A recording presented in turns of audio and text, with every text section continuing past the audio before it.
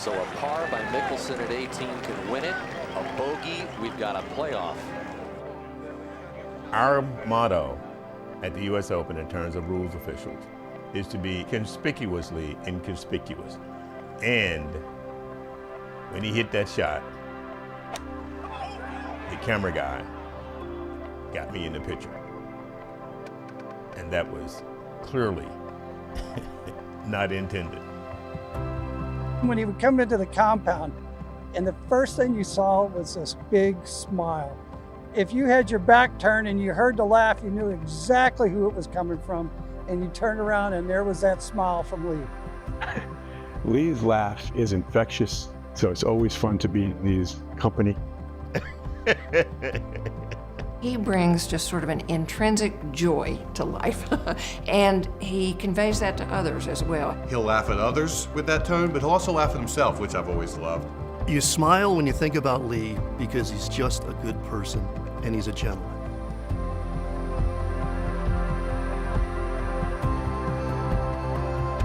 He's got to go to a different window to order his food from where his buddies are going.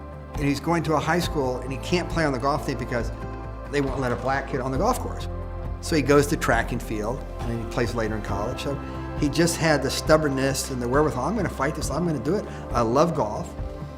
And he's motivated by that love of the game.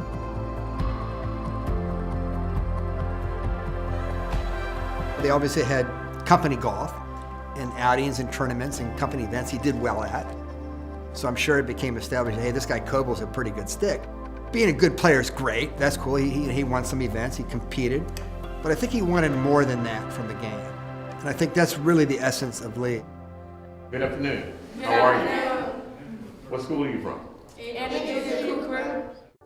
I was in charge of organizing the Hooker Kid on Golf program, and that was my first experience of meeting him when he started coaching and helping out.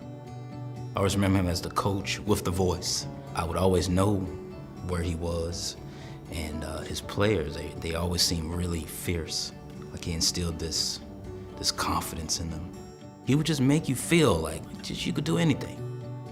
A lot of the kids, especially the kids coming from challenging circumstances, they need that mentorship. They need that someone just to take the time and say, I care about you, and to show the interest in them. He has really stood out and, of course, still stands out today. In high school, I applied for the USGA golf scholarship. And he announced my scholarship. I just felt real honored that he would come and do that. It felt great being that this guy who mentored me as a kid came and presented me with this scholarship. And so he started really at a basic level, hook a kid on golf. And he became involved later with the Virginia State Golf Association. And he climbed to the peak. He's the president, the first African-American president of the Virginia State. Knowing it was a big moment for the association, he wanted to advance the game and he wanted to build for the future just like he's always done. I observed him negotiate some difficult situations that we faced at the time he was president. He navigated those issues, led the organization through those issues with integrity, with a sense of optimism.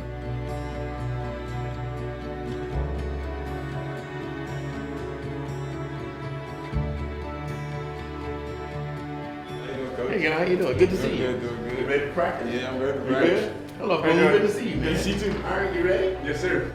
The thing I love about Lee the most is he doesn't tell the young people what they want to hear. He tells them what they need to hear. And that's about honesty. It's about integrity. And he's the perfect guy. And single-handedly, he brings the most value to our athletic department. If you talk to him about his team, he'll talk about their scoring average in the tournament, but at the same time, he's talking about their GPA. He's committed to the full picture of who the individuals are becoming.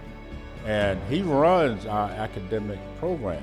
We are looking to see graduates. It's life after the athletic part. The Joe Dye Award recognizes meritorious service to the game of golf as a volunteer. And the contributions Lee has made to golf, particularly in Virginia, points to why I believe Lee is a worthy recipient.